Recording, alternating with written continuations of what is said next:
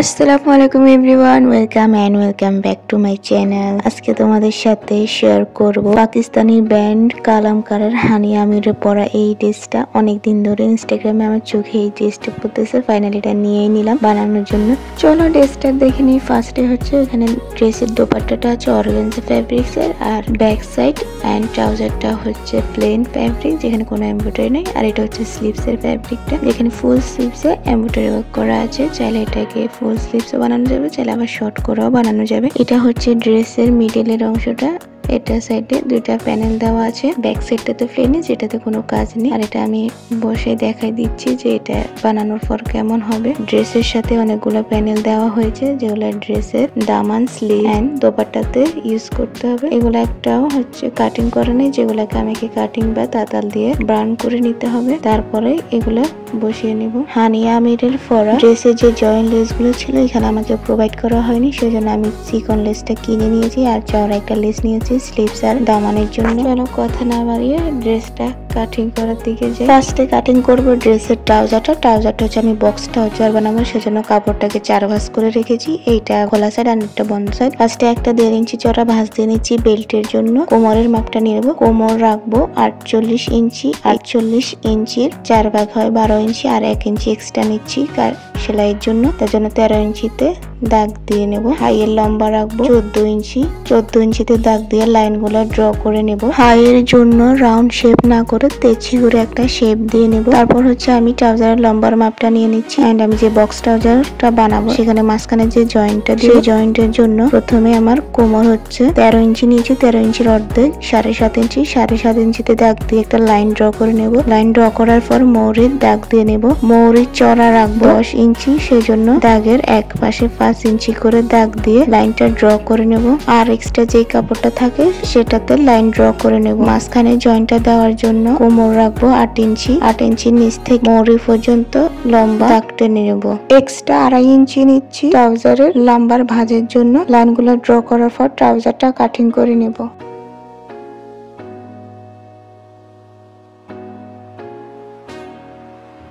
আজকে আমি ড্রেসের স্টিচিং করার ভিডিওটা দেখাবো না, কারণ এতে ভিডিওটা অনেক বেশি লম্বা হয়ে যাবে। আর আমি আরেকটু কাছ থেকে আবারও দেখিয়ে নিচ্ছি যে আমি কিভাবে দাগগুলো দিয়েছি। ফার্স্টে হচ্ছে আমি ট্রাউজারের 2 সাইডের জয়েন্টটা করে নেবো আর হাইয়ের জয়েন্টটা করে নেব। 2 সাইডের আর হাইয়ের জয়েন্টটা আমি দেওয়ার পর 1.5 ইঞ্চি পরিমাণ ভাঁজ দিয়ে বেল্টের জন্য ইলাস্টিক লাগিয়ে নিব। আর আমি এখানে 2 ইঞ্চি চড়া একটা পেপার বক্রম নিয়ে ট্রাউজারের মৌরিতে বসিয়ে আয়রন করে মৌরিটা সেলাই করে নেব। মৌরিটা সেলাই করার পর 2 সাইডে সেলাই করে ট্রাউজারটা রেডি করে নেব। ফাইনালি আমার ট্রাউজারটা কমপ্লিট করা হয়ে গেছে। আর এইভাবে পারফেক্ট একটা বক্স ট্রাউজার সেলাই করতে পারবেন।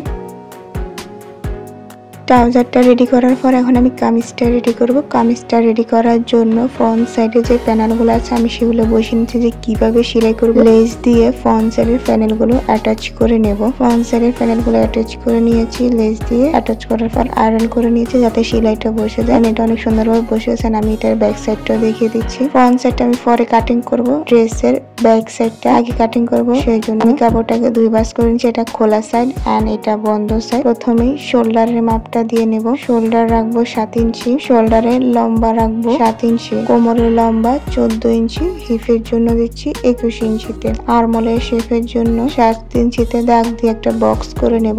বক্স করার পর রাউন্ড একটা শেপ দিয়ে নেব। আর্মহোলের শেপ অনুযায়ী তাল পাট কাটার জন্য এক্সট্রা আরো 1/2 ইঞ্চিতে একটা শেপ দিয়ে নেব। বডি রাখবো 36 ইঞ্চি, তাই 9 ইঞ্চিতে দাগ কেটে নিচ্ছি। কোমর রাখবো 32 ইঞ্চি, তাই 8 ইঞ্চিতে দাগ কেটে নিচ্ছি। হিপও রাখবো 36 ইঞ্চি, সেজন্য 9 ইঞ্চিতে দাগ কেটে সবগুলো লাইন ড্র করে নেব। এক্সট্রা আরো 1 ইঞ্চি নিচ্ছি সেলাইয়ের জন্য।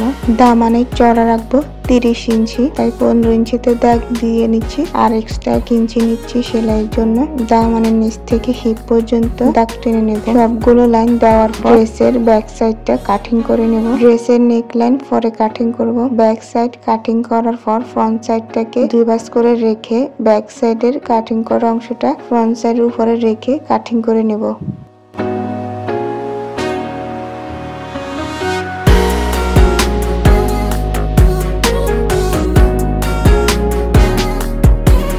Back side and front side দুইটাই কাটিং করা হয়ে গেছে। ফার্স্টে নেক লাইনটা রেডি করব, তার জন্য নেকটা কাটিং করে নিয়েছি। ফ্রন্ট সাইডটাকে সোজা করে রেখে নেক লাইনটা উল্টো করে দিয়ে সেলাই করে নেব। ড্রেসের নেক লাইন কাটিং এন্ড স্টিচিং এর ভিডিও আমার চ্যানেলে শর্ট ভিডিওতে পেয়ে যাবেন। নেক লাইনটা রেডি করার পর ব্যাক সাইডে নেক লাইন রেডি করে নিয়েছি। ফ্রন্ট সাইডটাকে সোজা করে রেখে ব্যাক সাইডটাকে উল্টো করে দিয়ে শোল্ডার জয়েন করে দুই সাইডও সেলাই করে নেব। শোল্ডার জয়েন করা হয়ে গেছে এবং দুই সাইডও জয়েন করা হয়ে গেছে। এখন স্লিভসটা রেডি করব। ড্রেসের সাথে যে প্যানেল গুলো দিয়েছে সেগুলো এখানে আমি কাটিং করে নিচ্ছি। আমার কাছে তাতালটা নেই, সেজন্য আমি কয়েল দিয়ে এটাকে কাটিং করে নিচ্ছি। এইভাবে কাটিং করলে আর সুতা বের হবে না। কয়েল দিয়ে প্যানেল গুলো আলাদা করলে অতি দ্রুত হয়ে যায়। কেচি দিয়ে কাটিং করলে অনেক সময় লাগে। কেচি দিয়ে কাটিং করার পর কয়েল দিয়ে আমি আবার এক্সট্রা সুতোগুলো বার্ন করে নেব, যাতে এটা সেলাই করার পর সুতো বের হয়ে না যায়। সবগুলো প্যানেল আলাদা আলাদা করে নিয়েছি। এখন ড্রেসের স্লিভসটা কাটিং করব। স্লিভসটাকে আমি দুই ভাঁজ করে রেখেছি। দুইটা স্লিভসে আলাদা কাটিং করব, একসাথে কাটিং করলে এমব্রয়ডারিটা এক সাইডে হয়ে যায়। স্লিভসের লম্বা আছে 23 ইঞ্চি। 2.5 ইঞ্চিতে দাগ দিয়ে আরমোলের শেপ দিয়ে নেব। স্লিভসটা আমি পাকিস্তানি স্টাইলে বেল স্লিভ রাখবো, এই জন্য 10 ইঞ্চিতে দাগ দিয়ে হাতা অনুযায়ী এখানে দাগ দিয়ে নিচ্ছি। 5 ইঞ্চিতে আর এক্সট্রা 1 ইঞ্চি নিচ্ছি সেলাইয়ের জন্য। স্লিভসের মুখ রাখবো 7 ইঞ্চি আর 8 ইঞ্চি নিচ্ছি সেলাই সহ। লাইনগুলো ড্র করার পর স্লিভসটা কাটিং করে নেব।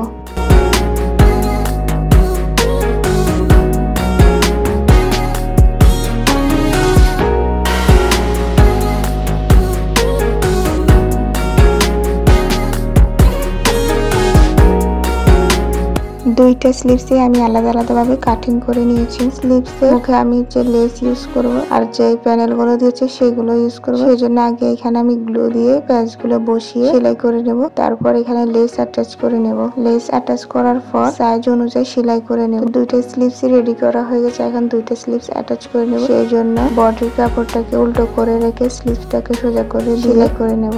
দুইটা স্লিভস জয়েন্ট করা হয়ে গেছে। দুইটা স্লিভ জয়েন করার পর এখন সাইড পার্টটা সেলাই করে নেব। সাইড পার্টটা সেলাই করার পর ড্রেসের সাথে যে এক্সট্রা যে প্যানেল গুলো দিয়েছে সেটাকে আমি পিন দিয়ে সেট করে সেলাই করে নেব। ড্রেসের সাথে আরো অনেকগুলো প্যানেল ছিল, কিন্তু এগুলাতে আমার মনে হচ্ছে ভালো লাগতেছিল না, সেজন্য আমি সেগুলো বসাই নাই। সেগুলো অন্য কোনো ড্রেস ইউজ করে নেব। ড্রেস তো রেডি করা শেষ। ফাইনাল লুকটা আমি ভিডিও শেষে দেখাবো। এখন দোপাট্টাটা রেডি করবো। এই জন্য দোপাট্টার চারপাশে আগে আমি একটা সেলাই করে নিয়েছি। আর দোপাট্টার জন্য যে প্যানেলটা দিয়েছে সেটাকেও কাটিং করে নিয়ে গ্লু দিয়ে বসিয়ে আয়রন করে এটাকে সেট করে নিচ্ছি, যাতে সেলাই করার সময় এটা সরে না যায়। এখানে আমি B6000 গ্লুটা ইউজ করতেছি। দোপাট্টার দুই সাইডে লেসটা অ্যাটাচ করে নেব। লেসটা বসানোর পর আমি এখানে সেলাই করে নিয়েছি। দুই সাইডে সেলাই করার পর দোপাট্টার নিচের সাইডে আমি টার্সেল ইউজ করবো, সেজন্য আমি টার্সেল গুলো নিজেই বানিয়ে নিয়েছি। ফার্স্টে আমি এখানে টার্সেলটাকে সুতোয় গেঁথে ছোট একটা মতি, এরপর বড় একটা মতি, আবার ছোট একটা মতি দিয়ে টার্সেলটা সেট করে নেব দোপাট্টার সাথে। সবগুলো টার্সেল লাগানোর পর দোপাট্টার লুকটাই চেঞ্জ হয়ে গেছে। দোপাট্টাটা ফাইনালি আমার রেডি করাও হয়ে গেছে।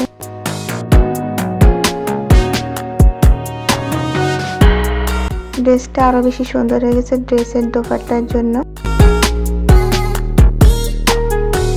তো ফাইনালি আমার ড্রেসের ফাইনাল লুকটাও দেখে না। ড্রেসের আমি কিভাবে ড্রেসগুলো জয়েন করেছি সেগুলো ভালোভাবে আরেকবার দেখে দিচ্ছি। আর নেকলাইনের ডিজাইন, স্লিভ, পুরো ডিজাইনটা আমি ভালোভাবে কাছ থেকে আরেকবার দেখিয়ে দিচ্ছি।